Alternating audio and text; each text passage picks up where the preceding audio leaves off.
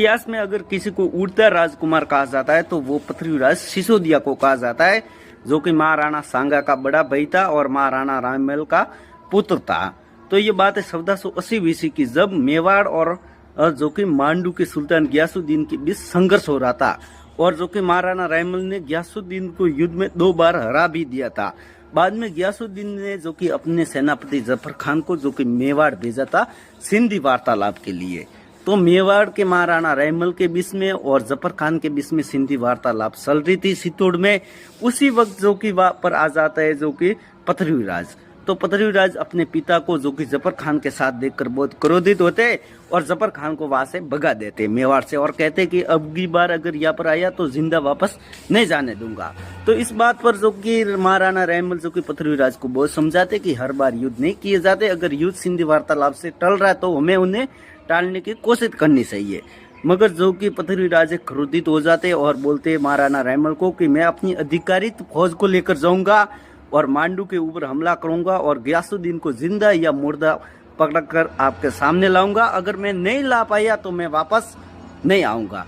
ऐसा कहकर जो कि 3000 की घोड़सवार सेना लेकर वो मेवाड़ से निकल लेते। महाराणा राममल ने उन्हें बहुत समझाया मगर वो नहीं माने।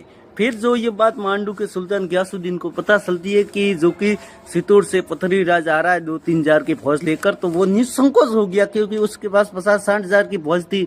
उसने कहा कोई बात नहीं, आने दो, 5 मिनट में खेल खत्म कर देंगे। और वैसे भी जो कि मेवाड़ से मांडू आने के लिए 2 दिन का टाइम लगेगा, मगर पृथ्वीराज सिसोदिया ने जो 2 दिन का टाइम था वो 1 रात में जो कि समाप्त कर दिया। वो सुबह मांडू पहुंच गए। जहाँ पर 2 दिन लगने थे वहां पर 1 रात में वो दूरी नाप कर सुबह मांडू चले गए। इसीलिए उन्हें उड़ता राजकुमार भी कहा जाता है, क्योंकि उनकी फौज कम से कम जो कि लंबी से लंबी दूरी को कम से कम समय में पूरी करती थी। फिर वहां पर जो कि सुबह अचानक हमला हो गया, जो कि मांडू के सुल्तान के सामने के ऊपर उन्हें पता भी नहीं था और मांडू के सुल्तान की जो कि फौज सुबह सुबह उधर उधर बिखरी हुई थी। उस वक्त जो कि पृथ्वीराज वहां पर हमला कर देते मांडू के सुल्तान के सामने के ऊपर और उन्हें पकड़ लेते, क्योंकि पृथ्वीराज की कूटनीति से उनकी फौज 3 हिस्सों में बट गई थी। 2 हिस्सों का तो काम था उनसे सेना से युद्ध करना और उनसे भ्रमित करना, और 1 टुकड़ी का काम था जो कि मांडू के सुल्तान को गिरफ्तार करना। तो उन्होंने वहां से मांडू के सुल्तान को जिंदा गिरफ्तार कर दिया और उनके सेना के सारे हथियार छीन लिए और ले आए सितोड़ दुर्ग के अंदर। और वहां पर सितोड़ के जो कि महाराणा राममल के सामने उन्हें लाया और महाराणा राममल ने उन्हें 6 महीनों तक जो कि जेल में रखा और बाद में छोड़ दिया था। और इसीलिए जो कि पृथ्वीराज सिसोदिया को उड़ता